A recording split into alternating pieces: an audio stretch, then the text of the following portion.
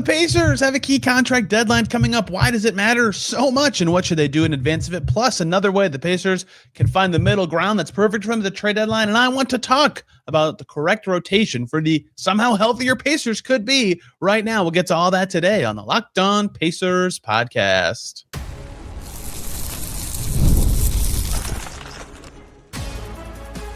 You are Locked On Pacers, your daily Indiana Pacers podcast, part of the Locked On Podcast Network, your team every day.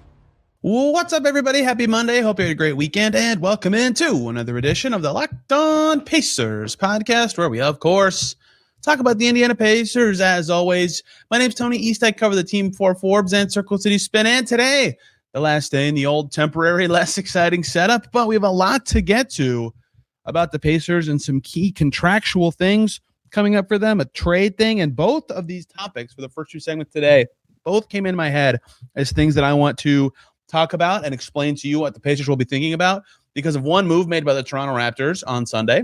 We'll talk about a lot of that. And then the healing Pacers, who should be playing for them right now with Nesmith back, with potentially Ben Shepherd back? Could the Pacers have the most of their top 9 guys available in the same game tonight as they have all season? We'll get to that at the end. So I want to start with a transaction that I'm going to be mentioning multiple times today that I don't believe is official yet, but has already been reported by Shams Charania. The Toronto Raptors are planning to sign Mo Bamba to a contract. And Blake Murphy, who covers the Raptors for Sportsnet, I believe, reported that it's a non-guaranteed contract. I don't want to get into the specific mechanics of that. The gist you need to know is in 10 days, it will be January 7th. That is the last day for players to get waived for their contracts to not be fully guaranteed for the rest of the season. Basically, if your contract has not cleared waivers by January 10th, so a week from Saturday, your contract becomes fully guaranteed for the rest of the season. So every year, Winston is once again behind me, so you get to hear my cat making tons of noise. Every year, teams make a bunch of waivers around this time. You know, the Pacers last year had to figure out what to do with James Johnson. A couple years ago, they actually did waive him and then brought him back on various 10 days. They've had to make this decision with guys like Kiefer Sykes and throughout the years. Remember, Kiefer Sykes was similar to Mo Bamba. He got signed right after Christmas and then played pretty well in that period before the guarantee date and stuck with the team for almost the rest of the season, right? So the Pacers have 2 non-guaranteed guys that have 10 days for their future and money for the season to kind of be decided on. And before those 2 players are Tony Bradley and Micah Potter. Before we actually get into the specifics of those 2 players and kind of the mechanics for the Pacers right now, right? The reason that this is all important and interesting for a team that has cycled through so many guys is less about, it is about which of them should be kept, if either, and what that means for the team and things of that nature. But it's also about that the trade deadline is approaching and flexibility and distance from thresholds and things of that nature become really, really important, right? Because the Pacers right now, less than $5 million from the luxury tax, but can create more space by waiving one of those guys. Roster spots can be helpful in trades, as they've found out in past seasons, right? Remember how many players they took in from the Bucks in that Jordan Nwora trade where they took in a bunch of second rounders, right? These roster spots in flexibility can be really helpful.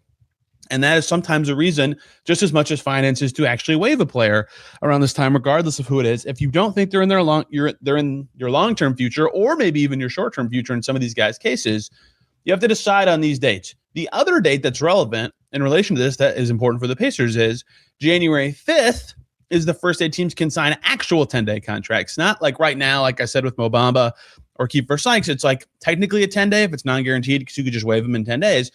But actual functional 10-day contracts can be signed in early January, which is also relevant because, the Pacers at 6-26 are the perfect 10-day contract team, right? The entire goal for the Pacers so far this season with their 10-day deals, a lot of them have been hardships. Well, they haven't been able to sign a real 10-day yet, but whatever. A lot of their short-term contracts, the goal of them has been, 1, this guy, can he fill in for the injury? But 2, is this somebody who's actually good enough to potentially be a long-term piece? And they can figure that out by trial. For a while, it's like, oh, maybe Jeremiah Robinson Earl's that guy. And then he kind of wasn't, right? Okay, could Monte Morris be a stable vet? Okay, no. Okay, could Garrison Matthews be that guy? And injuries have forced them to change that player a lot. But think back to past seasons. I know the example I want to use is O'Shea Brissett, who was very good for the Mad Ants in the G League COVID bubble. And then the Pacers signed him to a 10-day, and they were like, oh, O'Shea Brissett's actually pretty good. And they kept him for years after that, right? And in those kind of seasons, you end up cycling through a million of those 10-day types, whether it's Trey McKitty-Jones or Stephon Hicks or Gabe York, or Gabe York got a 2-way, but you know what I'm talking about. That is a reason to have a roster spot for a team like the Pacers, is to try to bring in as many of that type of guy as you can and get a look at them. And if there's a 1 in 50 chance or whatever it is that they have any sort of value to your team for a future season or for even this season, right? Or if they're young or whatever, that is worth taking a flyer, and you need a roster spot to do that. So there's a lot of reasons for the Pacers to consider all sorts of things in advance of this February 10th contract guarantee deadline. But I think between the 10-day flexibility and the roster flexibility and the financial flexibility, it actually makes good sense for them to not have 15 players on their team as they get through that January 10th timeline. Now, what they could do is what they've done in past seasons. For example, James Johnson, if you'll recall, he got cut. I think this was 2 seasons ago. It might have been 3. He got cut at the guarantee date. Then they brought him back on a 10-day, the first available time they had like a game. And then he played for 10 days, and they had like an off day. Then the next game they sent him to another 10-day. And those extra 20 days basically got them almost all the way to the trade deadline. And then when the deadline was done, they signed him to a rest of season contract. That is possible for them to do with Potter or Bradley. Neither of them have signed a 10-day with the team this year. That would have been more relevant for Garrison Matthews. He did not have any 10 days left with the Pacers. Both Bradley and Potter do have that, but those are the two guys to point to, because right now, this is my interpretation. Maybe the Pacers would disagree with me. My interpretation is that Micah Potter is on the Pacers right now because they need a center depth, right? Tony Bradley's kind of healthy enough to play, but he has a fractured thumb. It's getting better. Isaiah Jackson is literally unhealthy. James Wiseman, they legally can't sign until December 30th. So they have Jay Huff, who also was hurt, by the way. He has a sprained ankle and is questionable for the Rockets game tonight. Concussion for Jackson, fractured thumb for Bradley. They need a center, right? So Micah Potter joined the team. In 10 days, if Huff is healed and Jackson is back and Bradley is more recovered or has learned how to play through the pain a little better, do they need a fourth big? They didn't need a fourth big until late December, right? Probably not. So do they need to keep both Bradley and Potter? No, they probably don't. That doesn't mean they need to be cutting one right now, but I think a roster spot and the flexibility that I've already described to be able to sign guys to 10 days, to have a little more distance from the tax, which we'll talk about in the second segment, by the way, being very important for this Pacers team to kind of thread the needle at their trade deadline, or to trade away or to bring in someone else, a salary, at the trade deadline or whatever. There's a lot of considerations for the Pacers. My cat really wants to be in the background and rip up this chair as I'm talking. So if I am the Pacers, I am cutting one of those two guys, and Tony Bradley is just better to me than neither of them are you have to have them as your third center going forward. So it's not like the end of the world if they cut one or the other for whatever reason. I am not keeping both Micah Potter and Tony Bradley. And remember, James Wiseman could be a factor for this as well if they want to give him one more look or maybe wait and then give him a 10-day or whatever. So be it. Bringing in James Wiseman for another look is fine at this stage of the season. But basically until the 7th, if they feel like Micah Potter is better than Tony Bradley by January 7th, maybe they would cut Tony Bradley. And I'll say this, because Tony Bradley's minimum salary this season is higher than Micah Potter's, they would get more savings by cutting Tony Bradley, but the reason his salary is higher is because he has proven more for the Pacers. So it's kind of a pick whatever there. I don't think there's a wrong answer. I would be right now with the information, probably I would just keep the three centers that they know, right? Bradley, Jackson, Huff, move on from there. But I would be pretty surprised if they made it through the contract guarantee deadline with both of those guys on the team with fully guaranteed contracts, because of all those extra benefits that they would get with the 10 days, being farther from the tax, opening a roster spot. You can just do so much more. And we've seen the Pacers be very good at using their flexibility and balancing those options. That's how they executed the Jordan Nwora trade. They used extra space to bring in Kyra Lewis to then trade for Pascal Siakam. They did the James Johnson stuff I've talked about. They've been really good about being ahead of this stuff before. I would expect them to be again. And it could help them with another thing the Raptors got me thinking about by signing Mo Bamba that I want to talk about when it comes to trades, everybody's favorite topic now that December 15th is passed. And I like that the Pacers are in such a fascinating spot because I could talk about just generic trade thoughts I have about this team and what they could do about it. And today we're talking about other teams that are over the tax and how the Pacers can take advantage of that situation to potentially add some piece or add a pick or something of that nature. That's coming up next here on Locked On Pacers. Before we talk about any of that, let's talk about FanDuel. Fridays always feel different during basketball season, and FanDuel is making them even better. Every Friday night before the games tip off, FanDuel gives fans a new way to kick off the weekend with NBA Happy Hour. NBA Happy Hour is your official pregame, a limited time window where special offers drop right inside the FanDuel app before the action starts Fridays from 6 to 7:30 Eastern. That has become appointment viewing with NBA Happy Hour. Opening the FanDuel app during Happy Hour always brings something new, boosts, bonuses, and surprises. It's easy to check the weekly special before tip-off. Make a move before the window closes. The timing is perfect. It's right before the games. It's right before the weekend starts. It adds extra energy to your Friday night basketball without overthinking it. So before tip-off, check the FanDuel app. See what's dropping during NBA Happy Hour every Friday from 6 to 7:30 p.m. Eastern. A little basketball, a little action, a whole lot of Friday energy. That is NBA Happy Hour only on FanDuel, the official sportsbook partner of the NBA. We are back here on Locked On Pacers. Thanks for making this your first listen today and every single day. Your second listen's got to be Locked On Clippers. I don't think the game is over. Last I checked before hopping on, Kawhi Leonard was checking in with about 6 minutes to go and already had 51 points. I'm hoping there's a tweet about him. Oh, it just ended. He had 55, his first 50-point game. Locked On Clippers. Clippers playing better. What are they going to do? They'll talk about Kawhi Leonard, Darian. Whew, I can't wait to hear about that one. Okay, let's keep going here on Locked On Pacers. So I mentioned the Mo Bamba thing and how it got me thinking about 10-day deals and this upcoming deadline and guaranteed contracts. Well, it also was the Raptors who signed him, and then Jakob Poeltl's hurt. I get why they need a center. That's not particularly important to this discussion. I can't believe how much I've mentioned Mo Bamba's name. What is interesting about that to me is that the Raptors are already just a little tiny bit over the tax, right?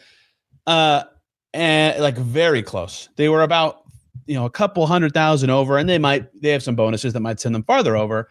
But I would say this, it's not a hard and fast rule, but it's pretty dang close.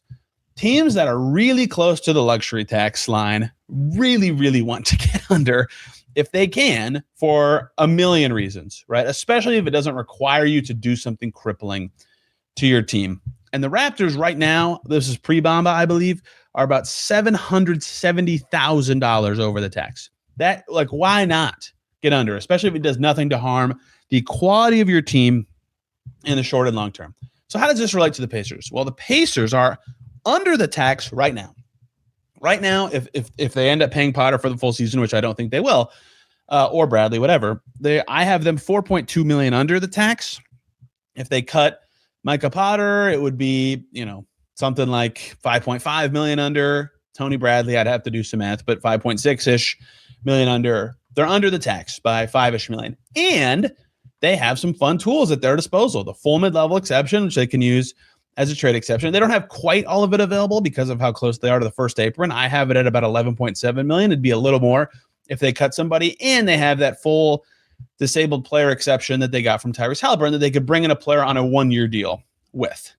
So that means they can take in players making that amount or less and send out very little to no salary. Now, they're not going to cross the tax. The Pacers should not go into the tax. You can all say, the owner should spend as much as they want. Yeah, in theory, that's the correct take. But if the Pacers do plan on paying the tax next year when they think they could be good again, you should not want them to pay the tax this year. Starting the repeater tax clock later actually makes sense. So I don't think the Pacers will be paying the tax this year. And that brings us to the Raptors and the Nuggets and the Suns. Why those three teams? Because those three teams right now are very close to getting under the tax. They might be willing to shed salary, even of some halfway decent players, if it means they cut enough salary to get under the tax. And all three of those teams are almost assuredly going to do so. And then there's the second batch of teams that would be Orlando, the Clippers, the Rockets, the Lakers, and the Sixers that are all less than $7 million away from the luxury tax and could be looking to shed salary to get under. Now, some of those teams are good, right? The Magic are quite good. The Clippers have an owner who's going to pay $1 bajillion. The Rockets are good and have an owner willing to pay. The Lakers are good. Philly's pretty good. All those teams could get under. There's good sense in doing so. But if they don't do it, that's fine. But they all have players. For example, the Sixers, Quentin Grimes would get them under if they could trade him for nothing. Kelly Oubre would get them under. I don't want to go through all the specific players, but just there are reasons for these teams to consider these moves. And the Pacers, who can take in a player making almost up to $10 million, could be a natural trade partner. And that would take the Pacers into the tax, so they probably wouldn't do it. But the Pacers, if they're $5.5 million under the tax post cuts, and the team that they're trading with is less than $5 million away from getting under the tax, that to me seems like a very natural thread the needle kind of trade for the Pacers, where they could actually get a real player, maybe not like an awesome guy, maybe like a Jordan Nwora level talent, for example, or get a player a little worse than that with a contract that's not awesome and get a pick along the way, or just upgrade their talent at the expense of salary in a way that is meaningful. Can I give you an example? The Pacers trading. How many of you remember this trade when the Pacers were close to the tax in 2021? I believe this was. The cap barely went up that year because of the COVID year, and they traded TJ Leaf and a second-round pick for Jalen LeCue. And everybody's probably like, okay, I don't care about that trade. Why are you bringing that up? Well, the Pacers traded away a second-rounder, and they cut $3 million in salary. And the Thunder, who had the flexibility to do so, basically just got a second-rounder for paying a little bit of money, for paying cash, right? There's a lot of reasons to do something similar like that. The Corey Joseph trade, the Pacers did. They got cash for taking Corey Joseph. Sometimes you get a pick for those. Sometimes you don't. And so if you're the Pacers, let me give you an example. Let's talk about the Phoenix Suns, who are just barely over the tax, so much so that I'm like wondering if someone has logged something wrong, but I have tracked the salaries myself to the point that I think it's probably right that they're barely over. So they have a lot of guys on guaranteed cheap contracts. Nigel Hayes-Davis, who is maybe not very good. Who knows? He doesn't play very much for them. What's their opinion on Jordan Goodwin? I like him. I think they do too. He plays. Nick Richards is their third string center, although he, maybe is more effective for them than Kaman Malawach, their rookie who doesn't play that much. But Oso Ighodaro plays for them. He's a real player, right? But like Nick Richards or Nigel Hayes-Davis, could the Pacers just get them for free, basically? Could they just be handed to the Pacers? And then that Suns get under the tax and the Pacers could take a look at either of those guys. Or, for example, Tony Bradley for Nick Richards straight up would save the Suns enough money to get them under the tax. The Pacers just get a better center in that trade, and they would get, the bird rights on Richards for his contract. Is that a way they could get better for no assets and improve their short and long-term outlook just by helping a team save money, right? How many of those teams near the tax could that make sense for? Toronto is the team that I started obviously looking at because they signed Mo Bamba, and that took them farther over the tax. They're interesting guys. Like, they're not going to trade their guys they just picked. Jonathan Mogbo, Jamal Shad, they're good players. Mahmoud Kalashvili's been awesome for them. Garrett Temple's a great vet. Jameson Battle's a good shooter. They love him. Jacoby Walter, Grady Dick, they just picked. Colin Murray Boyles, they just picked. Everyone else is good and worth their salary, except for one guy. Ochai Agbaji, a somewhat recent lottery pick. I can't remember his draft year. He was the 14th pick in 2022, 23. How Pacers-y, right? A somewhat recent back-end lottery pick who's fallen out of favor, right? Could they put him on the floor and find some value there, right? If the Raptors want to trade him to save some money, is there an Agbaji for nothing or Agbaji for Bradley Pitt trade that makes sense? That the Pacers could then get a look at a young guy who maybe isn't good, right? Two teams have determined that, maybe not, right, with him. But why not, right? Why not take a look at that kind of guy? This is the kind of season to do something like that. Denver fits in this category as well of just being just barely over. They do not have a lot of just very easily movable salaries, but they would be a natural fit for the Pacers as well. That team is so close to the tax that they could trade away a player making, $4 million or less to the Pacers, get under. The Pacers would not go over the tax. Maybe they'd be willing to trade a second to dump a salary, right? Maybe the Raptors would too. And then the Pacers could get either a real player or a better player and a draft pick for doing so. Even if it's a crappy pick, that's better than nothing. And then you also get the more serious teams in terms of how much they'd be willing to spend to save money. Like if you're saving, for example, the Orlando Magic, whose Spotrac has about $5.5 million over the tax. I didn't do their own calculations myself, right? Like Goga or Jet Howard is about exactly how much over they are.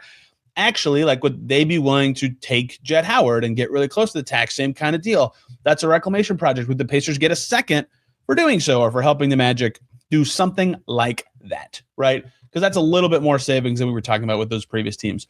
So I was just mentioning a lot of names. I'm not even going to suggest a specific fake trade. It's hard to know how much another team would be willing to send in terms of assets or cash or whatever to get off of money. But this seems like a very natural way for the Pacers to use their resources, one being a trade or a disabled player exception that literally expires this season. It's use it or lose it. One being their distance. It's not a lot, but their distance from the tax. And one being their very weird situation where being sellers is kind of not smart, but being buyers is also maybe not smart unless it's like the right fit at the 5. And use that kind of awkward situation to maybe get a look at some young guys who might be good and might not, but also potentially along the way extract some assets. So the Raptors in one transaction maybe go, these are 3 kind of teams that make good sense. So the thing to keep an eye on with these kind of transactions is basically anybody who makes a low amount of money that could be traded for somebody making slightly more for from the Pacers sense could be useful there. Tony Bradley would be a natural fit for something like that. Potter, if he's still on the team. Oh, he can't be traded this year. Excuse me. Potter would not be a natural fit. In theory, Isaiah Jackson for like a player making like $10 million could be a natural fit for something like this if the asset thing is right. And then if it's an even better player, the Jarris, Walker, Ben Shepherd types could make sense for this. But the Pacers, we'll see if they cut somebody. We'll talk about this around the cut deadline, what their actual distance from the tax is. But if they're like $5.5 million away, like I about project, if they make one cut at center, the Toronto, Denver, Phoenix, Orlando quartet seem like very natural trade partners for the Pacers this season. It just seems like a good way for them to use their resources in a way that benefits them and the other team and makes actual sense for the Pacers this year as a way to kind of thread the needle between what they are, where they're going, and actually a way for them to look at something new. Speaking of looking at something new, the injury report for the Pacers actually looks kind of good for tonight in Houston. How should they build their rotation if they have their guys available? We'll talk about that to close out today as Locked On Pacers.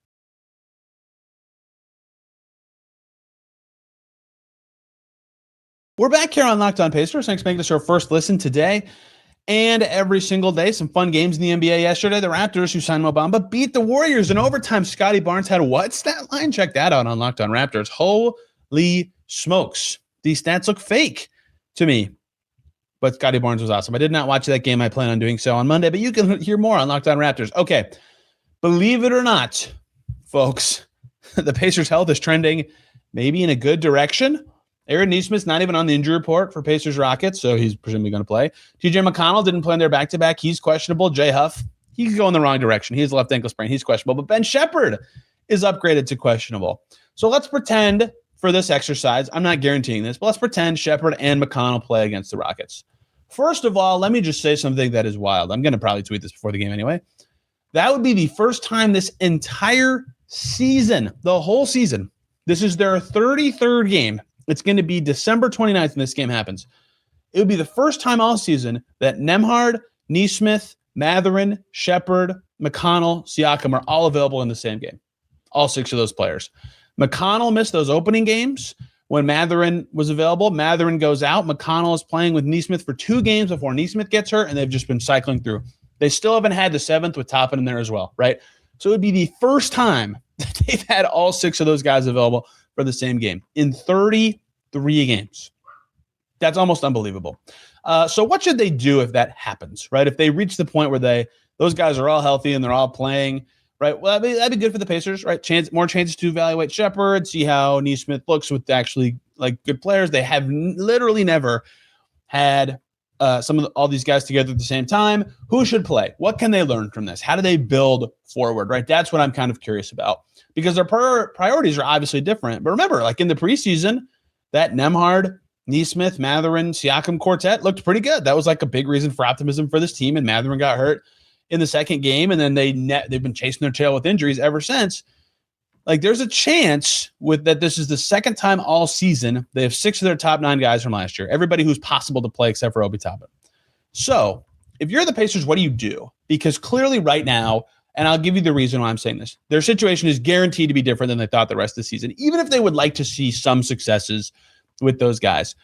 You guys remember, if you're an everydayer, you definitely do, and you listen every single day, something I tracked early in the season when the Pacers were stumbling and they were, 2 and whatever and 1 and whatever before they won that 4 and 6 stretches. Like what is the worst record and start a team has had that made the playoffs?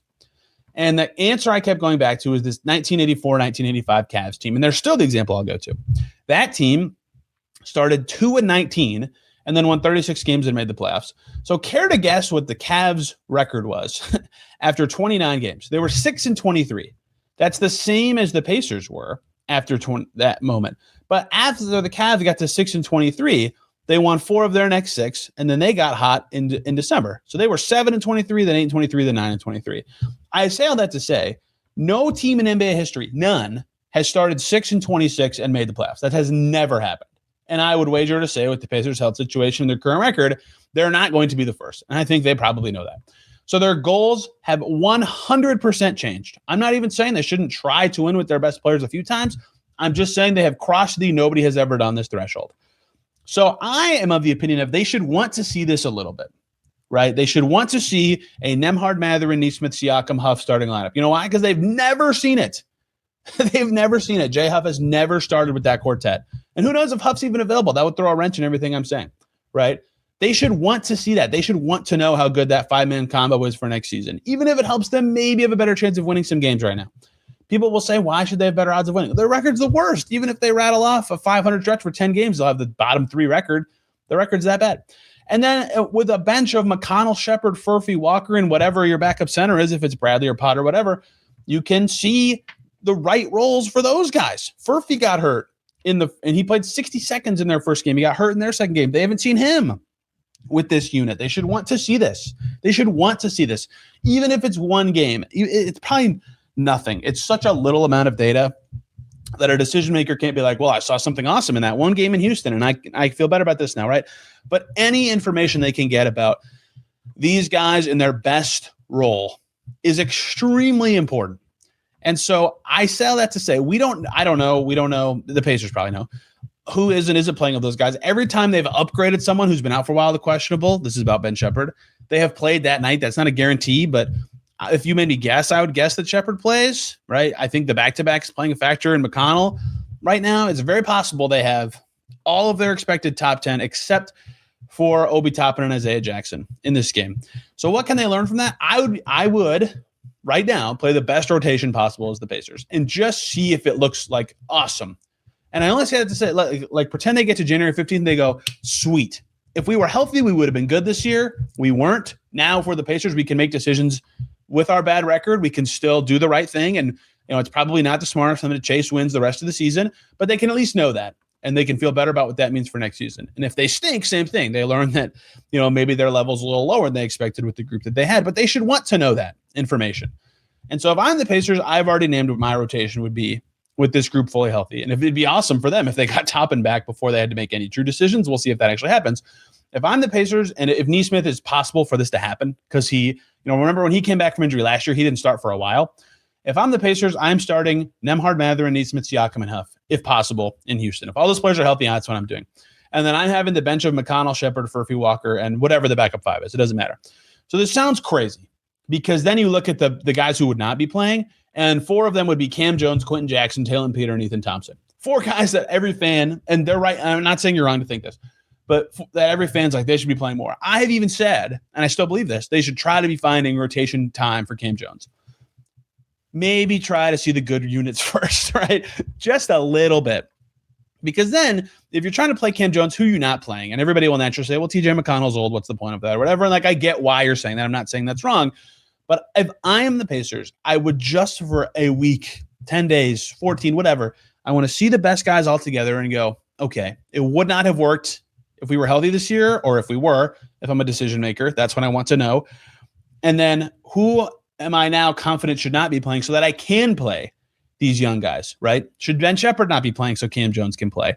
Should Johnny Furphy should probably be playing? Should Jarris Walker not be playing? Should some of these vets not be playing? It's so easy to just say, play Cam Jones or Taylor Peter instead of TJ McConnell. Go tell TJ McConnell that. See how that goes. People keep saying shut down Siakam. Go tell Pascal that. See how that goes. That's not going to happen. These guys are playing for money. They love basketball. It's not going to happen that easily, especially at this point of the season. But these are the decisions they have to make. So if I am the Pacers, I would be playing the best guys until if another one of them gets hurt, then maybe that's the factor that makes you go, okay, what are we doing? But just for a little longer, just to get information. If they play good or bad, there should be a limit on how long they're willing to do this to me. I don't know when that date is, but that's how I would be handling it. And I will probably make the same case after Obi Toppin returns, should that happen. And that is today's Locked On Pacers. Thank you for bearing with me on this 10-day stretch of no guests. I mean, I didn't want to bother anybody during the holidays. My window to record during this week was very small every day. Tomorrow, post Rockets will also be just me, but Tuesday, hopefully I can record with somebody else and finally not just be shouting into the abyss by myself. But I hope you guys enjoyed today's episode. I had a lot of thoughts on things that I hope made you at least think about the Pacers and their direction and their trades and their contracts and things of that nature. You can find me on social media at Tony R. East and this podcast at Locked On Pacers. Back tomorrow talking Pacers Rockets. Till then, everybody, have a wonderful day.